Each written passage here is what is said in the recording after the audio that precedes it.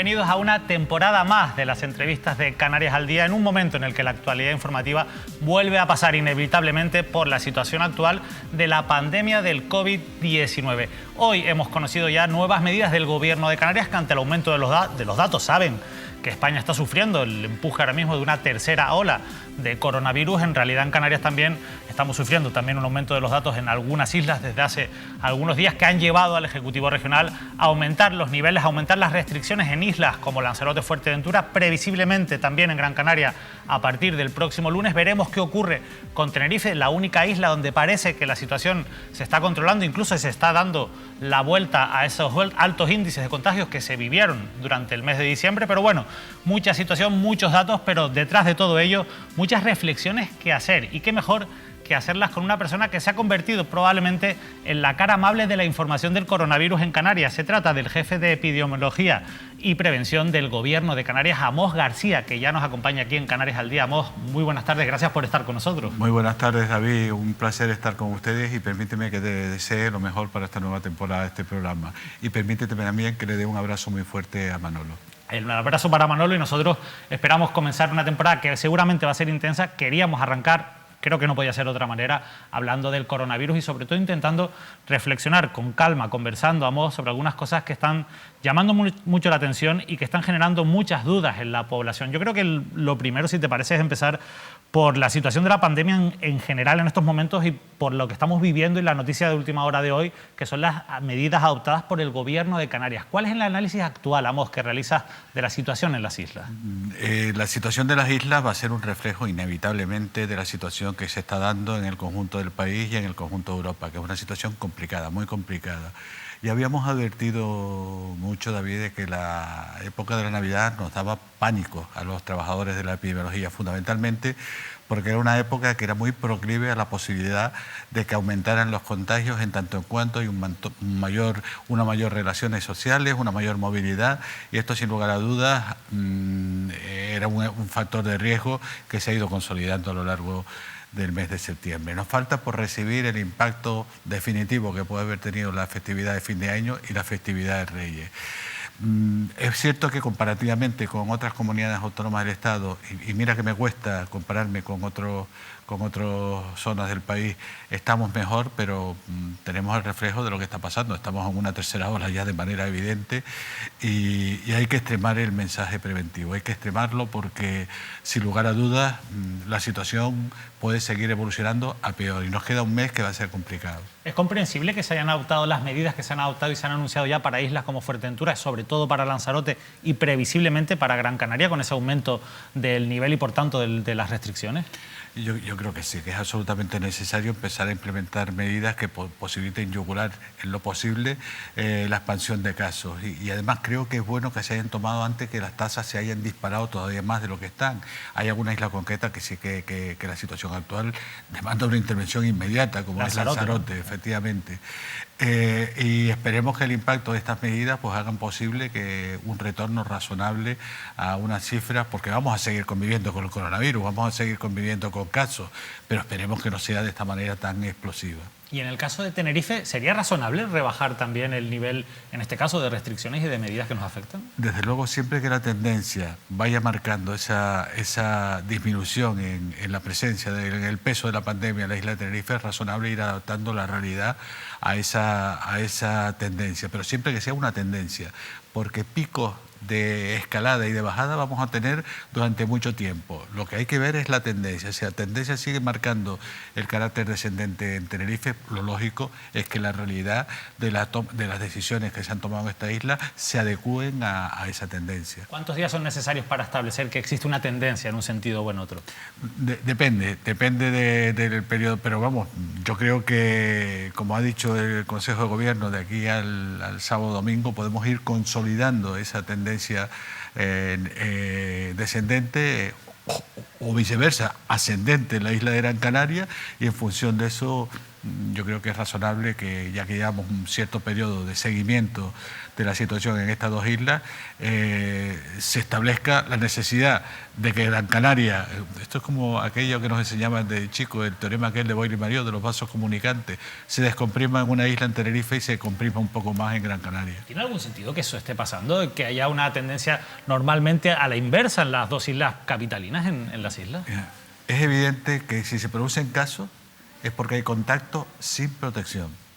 Y los contactos sin protección se dan fundamentalmente cuando se baja la guardia, cuando nos confiamos más. Y es normal que si en una isla como es Tenerife empieza a aumentar considerablemente el número de casos y se obliga a tomar medidas, en las islas donde no se han tomado esas medidas porque no ha sido necesario, se baje la guardia. Se baje la guardia más en el contexto de una situación como son las Navidades. Y esta es la diferencia. Conforme en Tenerife se empieza a ver el lobo y se empieza a ser consciente de que realmente hay un problema serio y se empieza a ver el resultado de las medidas, baja el número de casos y en Gran Canaria, como hemos sido excesivamente confiados en el contexto de la Navidad, pues nos empiezan a subir los casos. Alguien puede pensar, bueno, entonces lo que hay que hacer es no dar pie a que se baje la guardia y por tanto mantener las restricciones. Efectivamente, lo fundamental es dar pie a que no se baje la guardia. Y eso pasa por dos medidas fundamentales. La toma de decisiones, evidentemente, que eviten los contactos que generan contagios, pero sobre todo potenciando el discurso preventivo, que es clave. Yo hace mucho que desgraciadamente no oigo hablar de mascarilla, lavado de manos, distancia física, ventilación, escapar de los espacios cerrados poco ventilados y huir de las muchedumbres. Hace mucho que no oigo hablar de eso. Y esa es la clave para no tener casos. Que estemos viviendo esta tercera ola, como ya prácticamente se denomina por todos los medios y agentes de comunicación, ¿quiere decir que las medidas no han sido del todo efectivas o es más responsabilidad de nosotros, de la responsabilidad individual? Yo creo que la responsabilidad es global. Todos tenemos culpa de que pasen determinadas cosas. Todos. No podemos asociar la culpabilidad exclusivamente a la ciudadanía, eso sería profundamente injusto, como tampoco podemos asociar la responsabilidad exclusivamente a la estructura social, en este caso al sistema sanitario. Todos hemos tenido parte de culpa, porque todos a lo mejor no hemos sido capaces desde el sistema sanitario de potenciar el discurso preventivo y ciertos sectores de la ciudadanía, porque la ciudadanía en Canarias, en líneas generales, ha sido bastante consecuente con la situación dramática que vivimos. Han sido sectores concretos de la ciudadanía, que no los estratifico por edad. Han sido jóvenes, han sido adultos y han sido incluso personas de edad avanzada, que han tenido un comportamiento más irresponsable que ha posibilitado la expansión de casos. Pero la responsabilidad es global, no podemos echarle la culpa solamente a un sector. La propia Organización Mundial de la Salud decía que no solo ha habido una pandemia con el coronavirus, sino que ha habido otra pandemia o infodemia por el exceso de información que está en torno a la situación del coronavirus que está recibiendo la población. ¿No cree que la gente en líneas generales está confundida? Yo creo que sí, porque el exceso de información desinforma.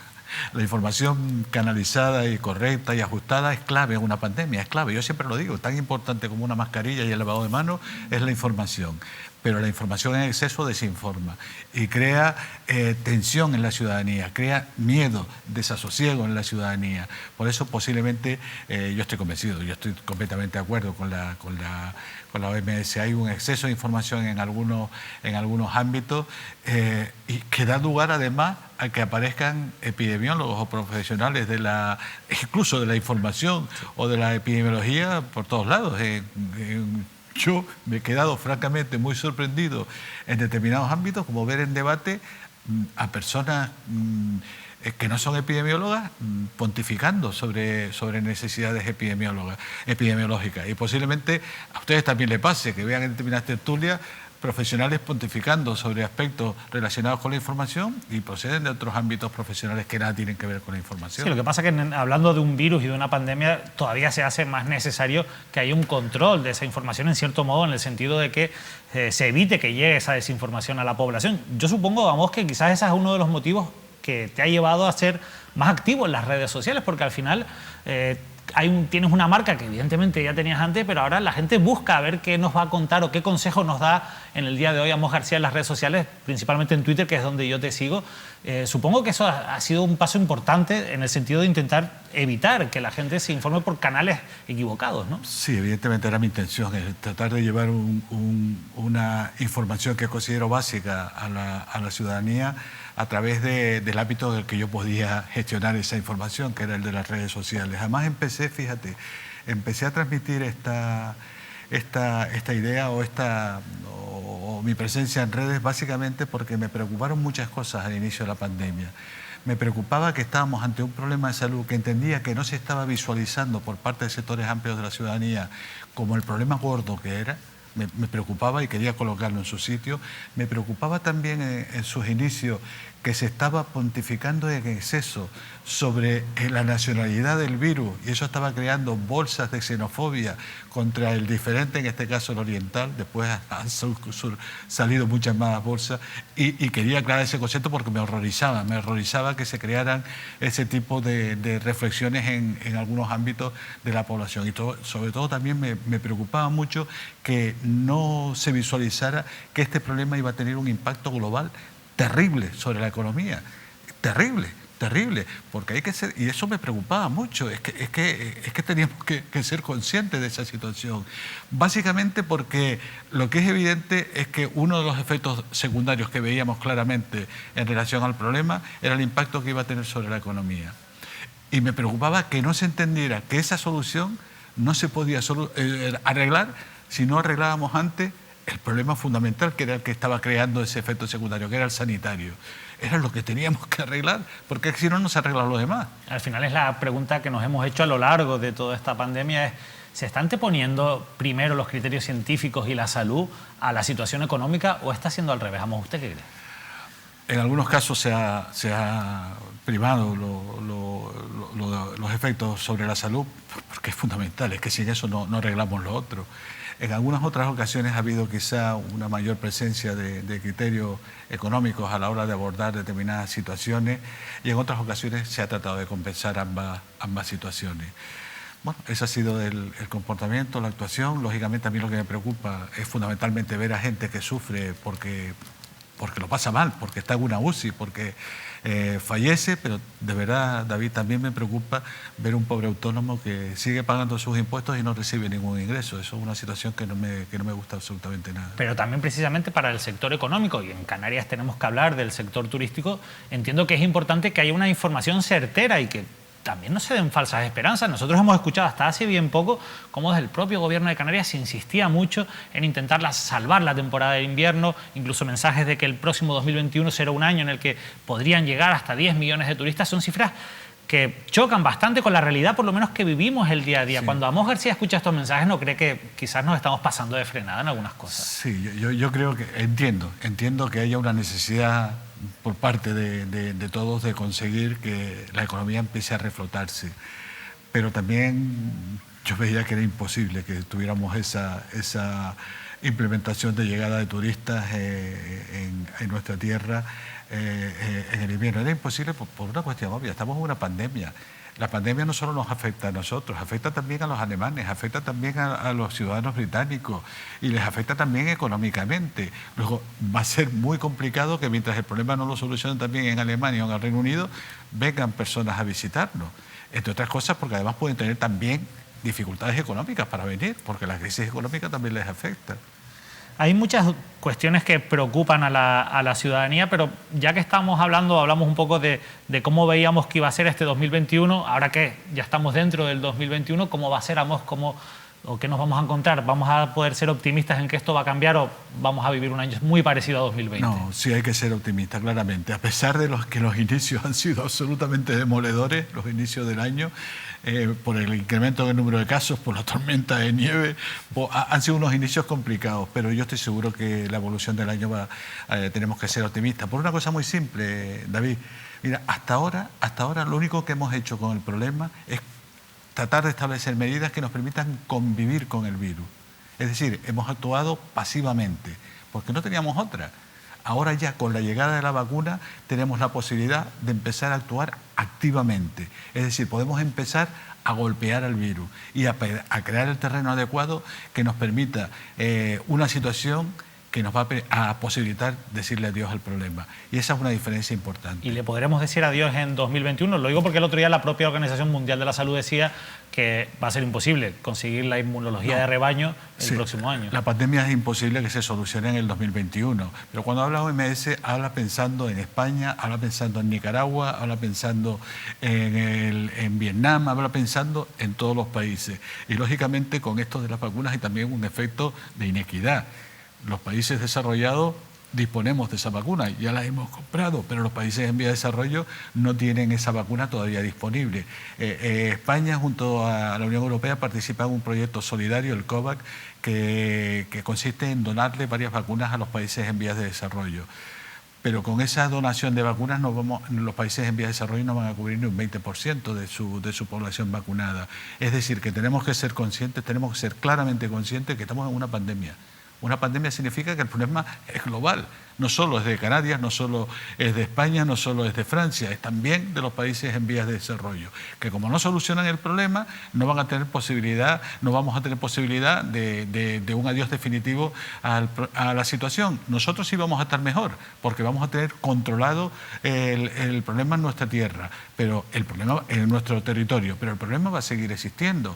Por lo tanto, reforcemos esa idea que es clave de llevarle el mensaje a quien corresponda de que hagamos el favor de entender eso que llamamos globalización, no solo como el intercambio cultural de mercancías, sino el esfuerzo solidario de los que más tienen hacia los que menos tienen, que es la única manera de conseguir un mundo más justo, que por cierto es la única manera de conseguir un mundo más sano. Sin embargo, la verdad es que me parece súper interesante ese discurso, vamos, pero poniéndonos en el lugar de la gente que nos está escuchando, claro, hoy en día, quieras o no, somos una sociedad mayoritariamente egoísta y en una situación como esta lo primero que queremos es que la vacuna llegue a nosotros y sobre todo a nuestra gente, a nuestro entorno. Sí. Y esa es la gran pregunta que se hace la gente.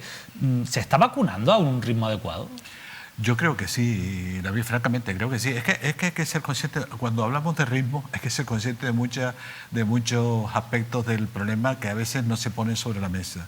Cuando hablamos de ritmo de vacunación tenemos que ser conscientes primero de lo siguiente, que las vacunas que nos llegan son las que nos llegan y que las vacunas que nos llegan tienen una complejidad a la hora de gestionarlas absolutamente brutal.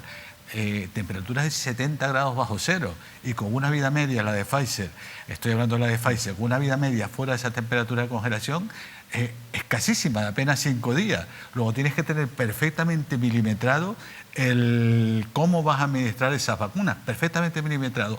Por otro lado, se ha vacunado siguiendo unos criterios lógicos, es decir, empezando a vacunar a los colectivos que tienen una mayor probabilidad de sufrir un problema severo por resultar infectados, los que han sufrido el embate más duro de la pandemia, los mayores que están en residencia de ancianos. En este caso hay que ir a la residencia a vacunar y eso complejiza todavía más la logística vacunadora, con una vacuna que además hay que descongelar y hay que tener perfectamente medida. Y luego otra cosa que también se olvida, hay que dejar, sobre todo ahora en estos momentos, una remanente de las vacunas que recibimos porque hay que poner una segunda dosis. Hay que poner una segunda dosis a las personas porque si no, no están bien cubiertas. Es decir, que hay una complejidad objetiva que tenemos que tener en cuenta. Ahora bien, en relación al ritmo, te digo que cuando hemos acabado ya con la residencia de ancianos, por cierto, hemos acabado ya con la residencia de ancianos, la incorporación de la vacunación a los sanitarios ha ido como una bala, ha ido como una bala. Ayer creo que se pusieron casi 6.000 dosis, estamos en un ritmo bastante bueno. O sea, ¿usted cree que el ritmo va a ser cada vez más rápido? Evidentemente, ¿no? Conforme se flexibilice, o sea, se facilite los grupos poblacionales a los cuales nos vamos a dirigir, lógicamente la dinámica será mucho más rápida. ¿En qué porcentaje de población cree que podemos acabar el año de vacunación? A mí me cuesta marcar un horizonte temporal de posibilidades, pero lo que es objetivo que si vamos a un ritmo razonable, antes del verano podemos tener a un porcentaje razonable de población vacunada y posiblemente antes de fin de año lleguemos a esa cifra del 70%, esa cifra mágica de la que hablamos todo, el 70%, que es la cifra que nos va a permitir algo poderoso y es, en primer lugar, quitarnos de encima la cara amarga que tiene la pandemia. Es decir, todos los casos que han requerido hospitalizaciones, UCI, los que han fallecido, que son los más vulnerables, los vamos a tener protegidos. Con lo cual, esa faceta la vamos a eliminar. Y por lo tanto vamos a crear una barrera defensiva en la ciudadanía que posibilite que vayamos avanzando en ese adiós que le queremos decir a la pandemia. La verdad es que todos deseamos poder llegar a decirle adiós a la pandemia, pero también es verdad que durante este camino hemos vivido algunos episodios bastante dramáticos. En general, la pandemia lo ha sido, pero, por ejemplo, hablaba antes de que por fin podemos decir que tenemos vacunados a todos nuestros centros sociosanitarios.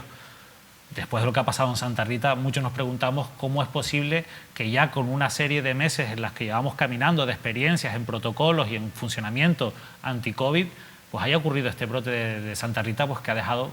Bueno, pues no recuerdo cuáles son las cifras de fallecidos, la última vez eran más de 14 fallecidos. No, desde luego... Más de 250 contagiados. ¿Cómo se puede explicar esto? Y a los profesionales que trabajamos en el campo de la salud pública nos llena de dolor ese tipo de situaciones. ¿Cómo se puede explicar? Si se producen casos es porque hay contagios sin protección. Es que está claro, si no nos contagiamos, puede haber una bajada de guardia, una pérdida de protección que a lo mejor es inapreciable por parte de alguien que dé lugar a un brote, sobre todo cuando hablamos con personas vulnerables.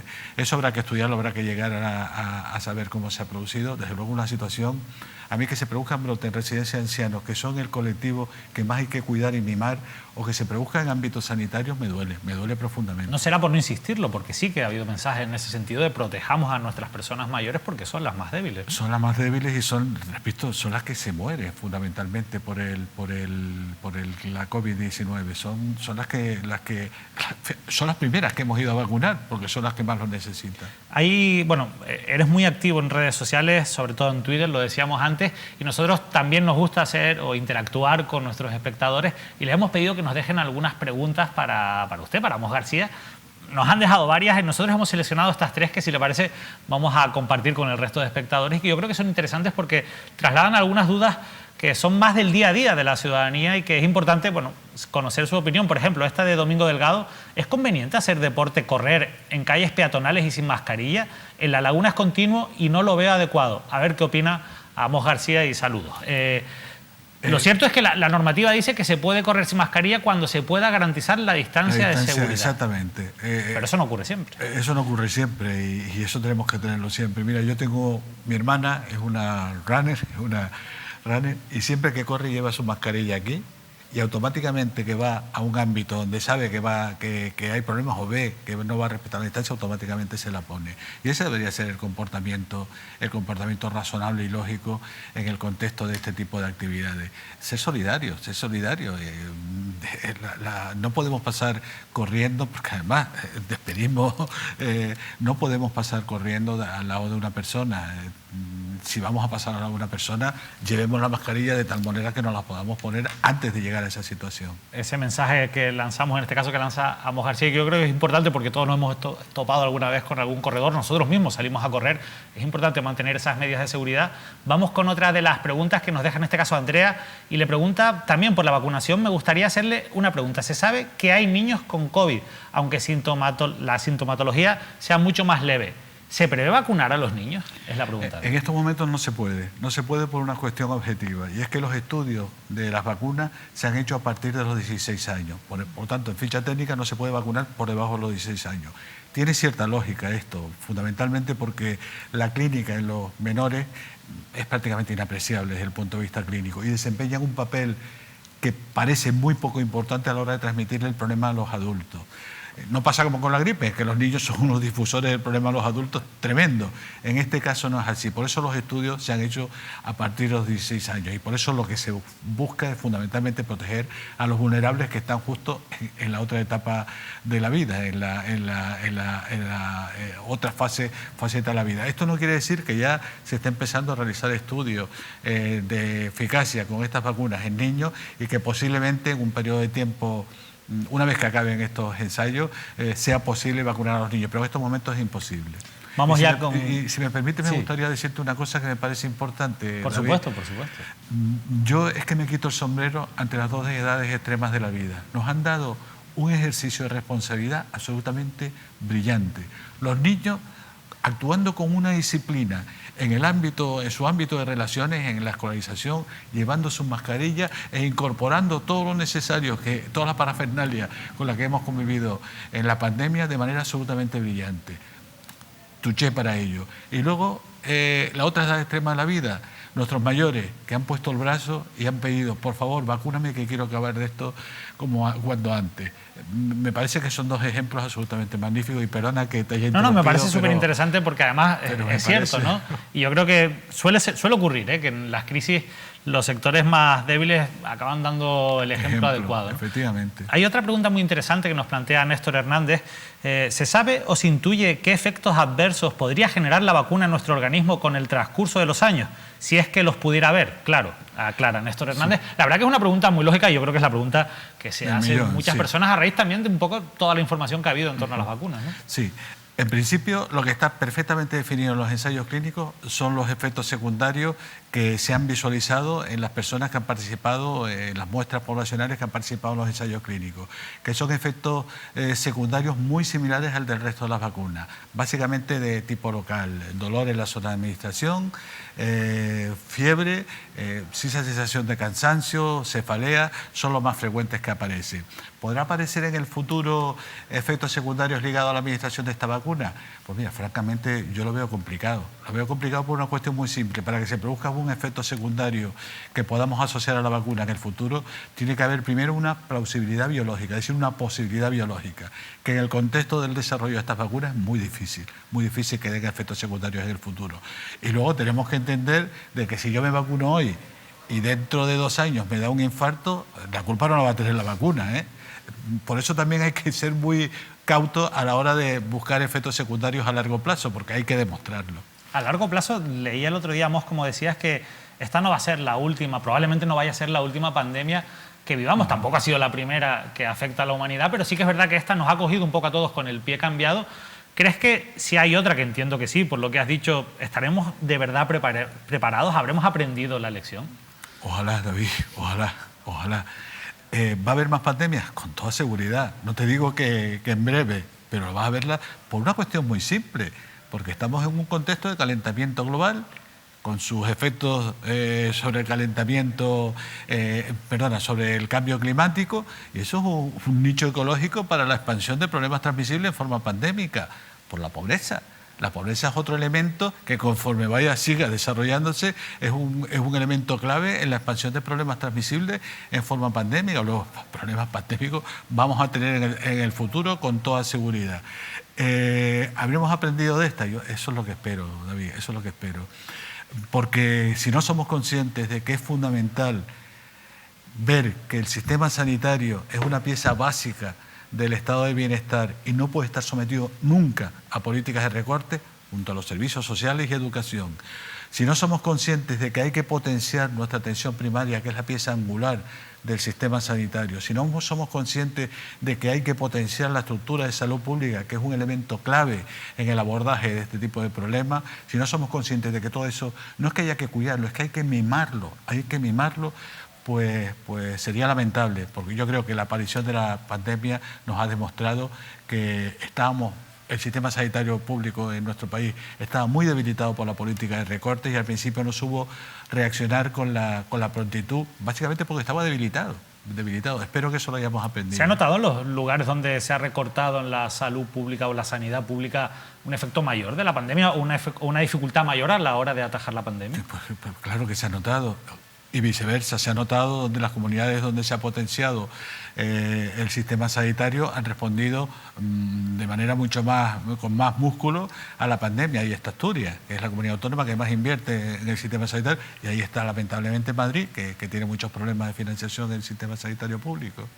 Nos gusta despedir las entrevistas a Mos. La verdad que a mí se me pasa el tiempo volando, y contigo, que no es la primera vez que te sientas aquí, aunque por otros motivos siempre me ocurre, con un recuerdo de la hemeroteca.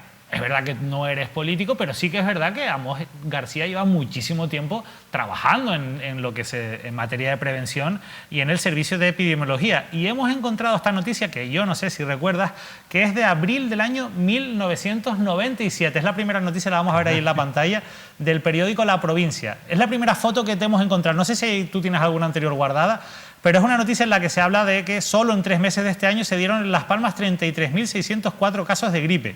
Y en este caso, Amos García, el jefe de servicio de epidemiología, asocia las 42.000 infecciones respiratorias del mismo periodo a la condición urbana de los canarios. Allí estabas, hombre, algo ha cambiado, han pasado más de 20 años, Amos, pero yo no sé si en aquel momento te dicen que dentro de 20 años ibas a vivir una pandemia como la que estamos viviendo ahora, te lo hubieras creído.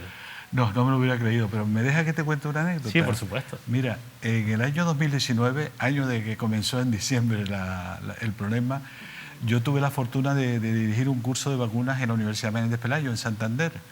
Uno de los invitados era Fernando Simón, fue uno de los profesores que invité. Y en aquel curso dijimos que era bastante previsible que se desarrollara una pandemia en un determinado futuro en nuestro país. Bueno, en nuestro país no, a nivel mundial. Lo dijimos en aquel momento, ¿eh? Lo dijimos en aquel momento. Fíjate tú, lo que no pensábamos es que 3 o 4 meses después nos iba a explosionar esto en la cara. Eso sí que no lo pensábamos. ¿Cuántos años llevas en el servicio de epidemiología? Y veíamos desde el 97 por lo menos, pero creo que desde antes, ¿verdad? Te voy a decir otra anécdota. Yo me tenía que haber jubilado en junio de este año, David. No me jubilé porque me parecía muy poco presentable que con la que teníamos encima me debía jubilar. Y con eso te digo los años que puedo llevar. No hace falta ya, entonces los años que puedo llevar. Nos podemos hacer una idea, pero bueno, yo creo que en nombre de todos los espectadores te vamos a agradecer que hayas hecho ese esfuerzo de no jubilarte todavía. Ya habrá tiempo para jubilarse, pero ahora nosotros por lo menos necesitábamos una Amos García, necesitamos una voz técnica y científica que nos ayudase a entender lo que está ocurriendo con esta pandemia que, insisto, a todos nos ha cogido con el pie cambiado, pero creo que estamos aprendiendo mucho y ojalá sirva, como hemos dicho aquí, para que no cometamos los mismos errores en el futuro. Así que, Amos García, muchas gracias por este ratito de televisión y para nosotros es un placer poder escucharte. Nada, David, un placer, el placer ha sido mío. Como siempre, informar es clave, así que te agradezco también la labor que hacen ustedes. Muchas gracias. Gracias. Es a Amos García, el jefe de epidemiología del Gobierno de Canarias. Con él hemos hablado de la situación del COVID, pero también hemos lanzado algunos mensajes de optimismo de cara al escenario que nos vamos a encontrar. Eso sí, siempre mientras mantengamos y no bajemos la guardia con las restricciones y con las medidas que tenemos que seguir tomando para intentar frenar esta pandemia. Nosotros nos despedimos, volvemos como siempre ya a partir de ahora, lunes y jueves, con el tiempo de entrevista. El próximo lunes será a partir de las 8:30 de la tarde y estará con nosotros el vicepresidente del Cabildo de Tenerife, Enrique Arriaga. No se lo pierdan, que pasen un feliz fin de semana.